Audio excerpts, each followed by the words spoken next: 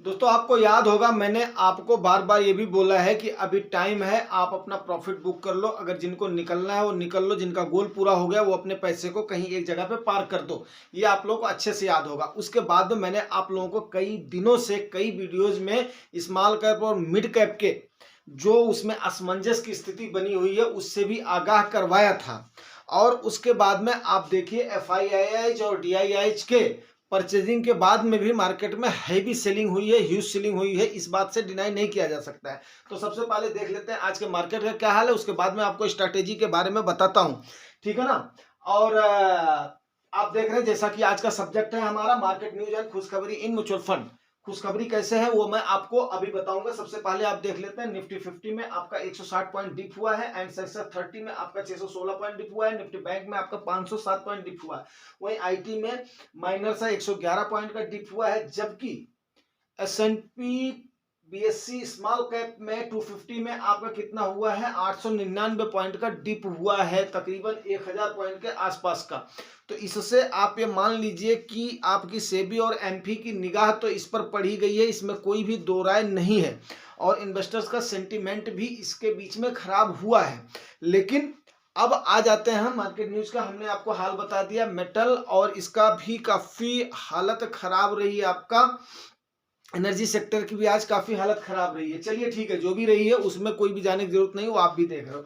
आगे स्ट्रैटेजी की बात कर लेते हैं। दोस्तों आपको याद होगा मैंने एक चीज आपको बड़े ध्यान से और बड़े तरीके से बताई थी कि कभी भी अगर लोगों ने पैसा कमाया है तो बियर मार्केट में ही पैसा कमाया है, ये बात आप मान लीजिए। और ऐसे समय पर क्या होता है कि आप लोग डर जाते हैं और उस समय अपनी SIP को स्टॉप करने लगते हैं और उसके बाद में आप सोचते हैं अभी हम किस लिए इन्वेस्ट करें।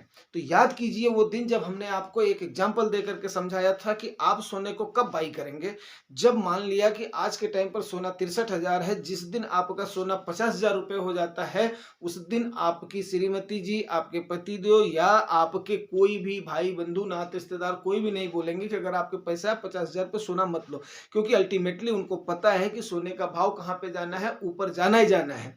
तो उससे क्या होता है कि उनको पता है कि 50,000 रुपए में आपको ज्यादा सोना मिलेगा रेदर देन 63,000 या 62,000 के भाव पर आप खरीदते हो। तो 63,000 से भी ऊपर जाएगा, लेकिन 50,000 से क्या होगा, आपको शॉर्ट टर्म में ज्यादा से ज्यादा गेन प्राप्त होगा।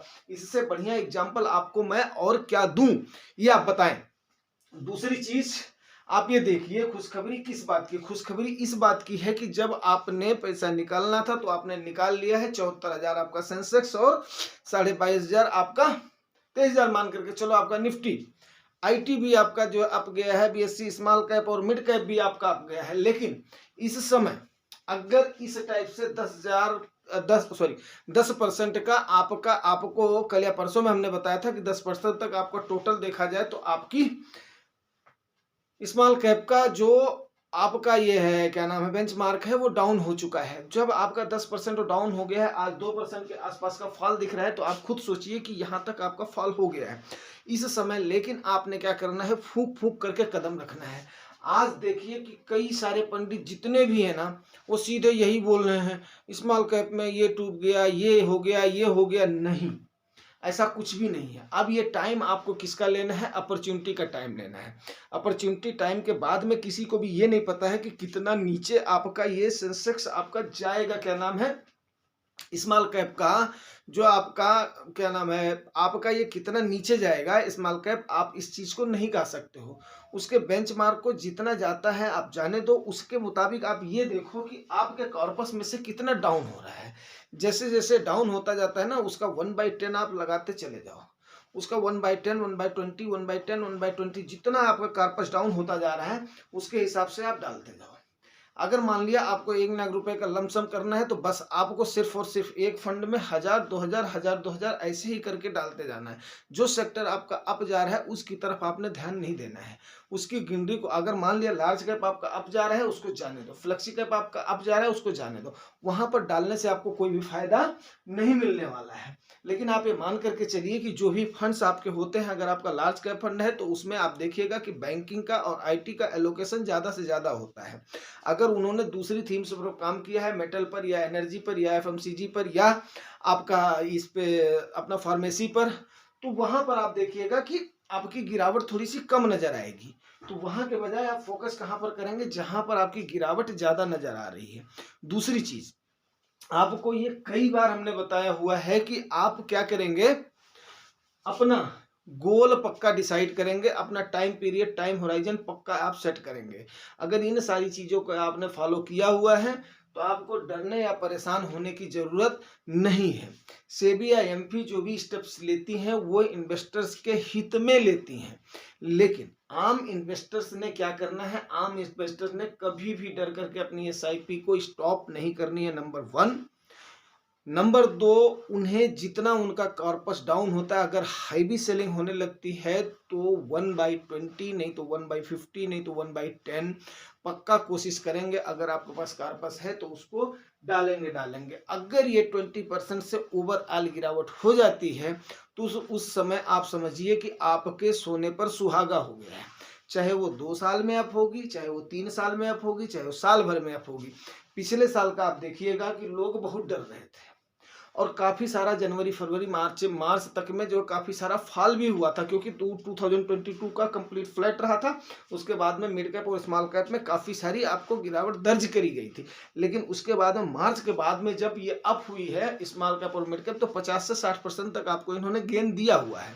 अब उस गेन को देखते हुए, इतना सारा इनफ्लो आते हुए उसके बाद में आउटफ्लो के बारे में थोड़ा सा चिंतित कौन है, आपकी सेबी और एमपी है। क्यों? क्योंकि उनको ऐसा लग रहा है कि ये जो आपका कैपिटल है ये थोड़ा सा ओवर वैल्यूड हो गया है। लेकिन ओवर वैल्यूड मैं कैसे मान लूं इसको? ओवर वैल्यूड इसलिए नहीं बोल सकते हैं क्योंकि आपका देखो 15-16 तक अगर आपका ना प्राइस टू अर्निंग रेशियो है तो आप ये मान करके चलिए आपका सही माना जाता है। तो 22-23 तो आपका इसका भी है, लार्ज कैप का भी। अगर 22 रुपये आपका लार्ज कैप का है तो 27 और 29 रुपये मिड कैप और स्मॉल कैप का है। तो अब इतना सारा अगर इनफ्लो आया है तो उसके बाद में क्या है, ये मान करके चलिए कि तकरीबन सही है। तकरीबन सही है तो आप उनको इंफ्रास्ट्रक्चर दीजिए, आप उनको क्या करिए, उनका प्रोडक्शन बढ़वाइए, आप उनकी सप्लाई बढ़वाइए, आप उनके रॉ मटेरियल की सप्लाई बढ़वाइए, उसमें मेहनत कर लोगों को काम करने दीजिए। वो हमारा हेडेक नहीं है। दूसरी चीज क्या है, सीएए लागू होने के बाद में और बंगाल वाले इशू होने के बाद में कल भी ऐसा लग रहा है कि थोड़ा सा इसका इम्पैक्ट इंडियन मार्केट पर दिखाई देगा। तो हमने क्या करना है, इस अपॉर्चुनिटी को ग्रैब करना है। और जो भी मैं आपको सही बताऊं, इसीलिए मैं बार बार बोल रहा था, जो मैं करता हूं वही अपने व्यूअर्स को, वही आप लोगों को बताने की कोशिश करता हूं कि ताकि आप ऐसे समय पर अगर आप अक्यूमुलेट करेंगे तभी आपको जाकर के ज्यादा प्रॉफिट दिखाई देगा। या आप नोट कर लें, मेन एम हमारा क्या है कि ज्यादा कैसे करके अपने पैसे को ग्रो करना, ज्यादा से ज्यादा प्रॉफिट अर्न करना, ज्यादा किसी के बारे में सोचना नहीं। हमने सोचना किसके बारे में, अपने गोल के बारे में, अपने एम के बारे में। और दूसरी बात क्या है कि आप लोगों को जब ये बिल्कुल मैंने एकदम से परफेक्ट तरीके से बताया है कि 100 माइनस एज का फार्मूला आप क्या करो, लागू करो। 100 माइनस एज के फार्मूले में हर कोई आ जाता है। एक बार मैं इसको फिर रिपीट कर देता हूं, 100 माइनस एज के फार्मूले में मेरे 25 के एज के व्यूअर्स से लेकर के 70% के व्यूअर्स तक 70 ईयर्स के व्यूअर्स आ जाते हैं। कैसे आ जाते हैं मैं आपको बताता हूँ। ये मैंने आपको बताया हुआ है कि जो नई एज का लड़का है उसका क्या है, इक्विटी का पोर्शन ज्यादा होना चाहिए। ज्यादा होने का मतलब क्या है कि आपका इक्विटी का पोर्शन उसके मुताबिक 30 साल का लड़का है सपोज को, तो उसका 70% किस में जाना चाहिए, इक्विटी में जाना चाहिए, 30% सेफ इंस्ट्रूमेंट जाना चाहिए। ऐसे ही 50 ईयर्स के अगर कोई युवा है तो उनका क्या जाना चाहिए, 50% आपका इक्विटी में जाना चाहिए, 50% आपका किस में जाना चाहिए, आपका सेफ इंस्ट्रूमेंट में जाना चाहिए। लेकिन सेफ इंस्ट्रूमेंट को आप लोग भूल जाते हो। अब ऐसा जो टाइम आता है उस समय क्या होता है कि आपको अपने पोर्टफोलियो को बैलेंसिंग करते रहना है। बैलेंसिंग के लिए आपको चर्निंग करते रहना है। ये चीजें मैं आपको इसलिए बताता हूं, जब आप ऐसे करके अपने पोर्टफोलियो को बैलेंस करते जाएंगे तो आपके रिस्क की एपेटाइट जो है, कैपेसिटी है, वो आपकी बढ़ जाती है। और पोर्टफोलियो बैलेंसिंग पे क्या होता है, जैसे जैसे आपकी मार्केट डाउन होती है उस समय आपको अकुमुलेट करने का मौका मिल जाता है। जब आप अच्छी तरीके से अकुमुलेट कर लोगे तो उसी समय आपका क्या होगा, पैसा ग्रो होगा। कैसे ग्रो होगा आपको समझाता हूँ, एक एग्जाम्पल से मैं आपको समझाता हूँ, आपको समझ में आ जाएगा। अगर आपको समझ में आता है दोस्तों तो इसको रिवार्ड जरूर करना है। कैसे करके मैं आपको समझाता हूं, क्योंकि ऐसे समय पर क्या होता है, हमारे इन्वेस्टर जो है ना वो क्या करते हैं, डर जाते हैं। डरने के बाद में उनके अंदर एक पैनिक फैल जाता है। वो सोचते हैं कि उन्होंने गिरावट देखी नहीं है, उन्होंने गिरावट देखी नहीं, उनको उतार चढ़ाव समझ में आता नहीं है। वो इस चीज़ को ऐसे नहीं लेते हैं कि ये हमारे लिए एक अपॉर्चुनिटी आई है, अपॉर्चुनिटी आई है। देखो कई बार क्या होता है कि मार्केट टेस्ट करती है, आपके पेशेंस को टेस्ट करती है, आपके बॉटम को टेस्ट करती है।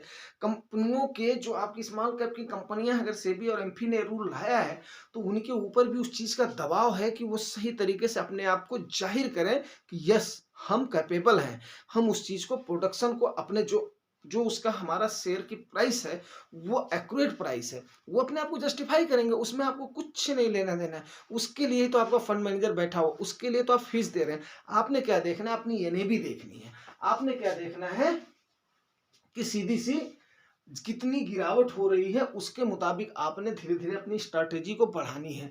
जो आपको ये तरीका बता, अगर आपने उस समय लालच में आकर के या कि मेरे को बार बार ग्रीनरी ही दिखाई देगी, अगर आपने नहीं किया होगा, आपने मेरे इस कहे हुए तरीके को अपनाया होगा, तो आज के टाइम पर आप बिल्कुल तैयार हैं और आप रेडी हैं। कैसे, मैं आपको बताता हूँ।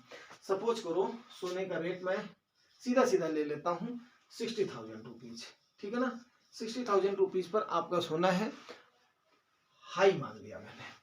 उसके बाद में जैसे मान लिया 60,000 का 20% कितना होता है, 12,000 हो जाएगा ना, 12,000 हो जाएगा। तो सपोज करो कि आपका 20% क्या हो गया, फॉल हो गई, ठीक है। एक एग्जाम्पल दे रहा हूँ, जैसे आपका 10 से 12% आपकी स्मॉल कैप आज के टाइम पर फॉल हो रही है। 20% जाने के बाद में फिर आपने क्या स्ट्रैटेजी अपनाते हैं वो आपको बताओ। अभी भी आपने, क्योंकि मार्केट का कोई भी पंडित ये नहीं बोल सकता है कि भाई साहब कितना नीचे जाएगी कितना ऊपर जाएगी, तो आप अपनी स्ट्रैटेजी आप खुद बनाएंगे अपनी कैपेसिटी के मुताबिक। जैसा कि मैंने बताया हुआ है आपको कि आप हैं, मैं हूं, वो हैं, वो हैं, हर कोई अलग अलग है, हर किसी की पर्सनालिटी, हर किसी की रिस्क एपेटाइट अलग अलग है। खैर आपको इसको समझाता हूँ। तो सपोज करो 20% फॉल हुआ, तो 60 माइनस 12 कितना हो गया आपका, 48। अब मान लिया अगर ये सोने का रेट, सोने का तो विश्वास सबको है ना, सोने का एग्जांपल मैं इसलिए दे रहा हूं क्योंकि सोने का विश्वास सबको है।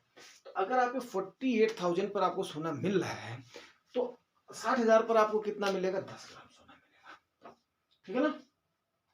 कितना मिलेगा, 10 ग्राम मिलेगा। वहीं अगर 48 के भाव में है तो आपको कितना मिलेगा, आप बताएंगे। 60,000 में, 60,000 में आपको 12 ग्राम सोना मिलेगा, ठीक है। 12 ग्राम मिल जाएगा, 12 से थोड़ा सा ज्यादा ही मिल जाएगा, लेकिन मैं इसको 12 ले रहा हूं। आपको 12 ग्राम सोना सीधे सीधे मिल जाएगा, कितने में, 60,000 में। तो आपका 12 ग्राम हो गया। अब जब ये अगेन जाएगा 60,000 पे, 60 से ऊपर ये भी जाएगा। अगर आपने 60 पर भी ले लिया है तो 60 से ऊपर ये जाएगा, इसमें कोई दो राय नहीं है कि नहीं जाएगा। वही सेम हाल निफ्टी के असेट का होता है कि जहां पर आपका ये सेंसेक्स पहुंचा है ना, सेंसेक्स मतलब जो आपका बेंचमार्क आपका है, वो आपका जहां पे पहुंचा है उससे अब तो जाना है, बेशक वो एक रास्ते में नहीं जाता, यहाँ जाएगा। तो आपको अभी कितना मिल गया, 12 ग्राम मिल गया। अब 12 ग्राम जब 60,000 जाएगा तो इसकी कीमत कितनी हो जाएगी उस समय, आपकी 72,000 रुपये हो जाएगी, ठीक है ना। 72,000 जब आपने 48 के भाव में लिया है, तो जैसे ही ये 60 पर जाएगी तो उसकी कीमत कितनी हो गई, 72,000 हो गई। अब जिसने 60 में खरीद लिया वो तो वहीं का वहीं है। 58 में जिसने खरीदा उसको मिला 2,000, 56 में जिसने जो खरीदा उसको मिला 4,000, 55 में जिसने खरीदा उसको मिला 5,000। बड़ा सिंपल सा बेसिक सा आपको बता रहा हूँ। 50 में जिसने खरीदा उसको मिला 10,000, 48 में जिसने खरीदा उसको मिला 12,000 का प्रॉफिट हुआ यहीं पर ही, जब ये अपने एटीएच पर गया है। अब 60 वाले को जब ये 62 जाएगा तो 60 वाले का कितना फायदा होगा, 2,000। ऐसे ही साइमल्टेनियसली आपका जो 48 वाले का कितना फायदा होगा, कितना फायदा होगा बताएं आप। 48 वाले का फायदा होगा 14,000। ऐसे ही आपका सोना जब 70,000 जाएगा तो 60 पर जो है जिस भाव पर जिसने लिया है उसका कितना जाएगा, उसका जो कितना प्रॉफिट होगा, ओनली 10,000। कितना होगा, ओनली 10,000। और अगर जिसने 48 के भाव पर ले लिया उसका कितना जाएगा, 12 सत्ते 84। उसको आप कितना फायदा हुआ, 48 और 84 जोड़ दो, 48 और 84 आप जोड़ेंगे तो 12 और 24 कितना हो, 36,000 का फायदा हुआ है, ठीक है ना।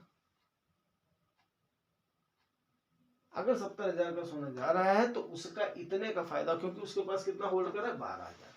तो यही काम करता है, ऐसे ही काम करती है आपकी कंपाउंडिंग। इसीलिए आज का जो सब्जेक्ट है मार्केट न्यूज और खुशखबरी इन म्यूचुअल फंड, मेरी तरफ से मैं तो जब जब ऐसी इस टाइप की गिरावट आती है तो मेरी 47 साल की एज होने के बाद में भी मैं अपने आप को खुशनसीब मानता हूँ और खुश होता हूँ। क्यों? क्योंकि मैंने जो किया है वो अपनी 45 साल मेरी उम्र थी तो मैंने क्या किया है, 55% मेरा इक्विटी में गया है, 45% मैंने 40 से 50%, 50% मैंने आपको बताया था कि थोड़ा सा 2-4% मैं पक्का रखता हूँ, किसके लिए, और टाइम के लिए। तो आप अगर ये स्ट्रैटेजी अपना रहे हो तो आपको प्रॉफिट लेने से कोई भी नहीं रोक सकता है। अगर आपको इसको खुशखबरी मान करके एंजॉय करना है तो इसको एंजॉय करो, अगर आपको प्रेशर लेना है तो अपना बीपी बढ़ाओ, फिर उसके बाद में जो मन करे सो करो, लेकिन अल्टीमेटली आप देख लेना प्रॉफिट में जाओगे। दोस्तों उम्मीद करता हूँ जानकारी आपको अच्छी लगी है तो रिवार्ड जरूर करें, रिवार्ड आपको पता है, लाइक से सब्सक्राइब।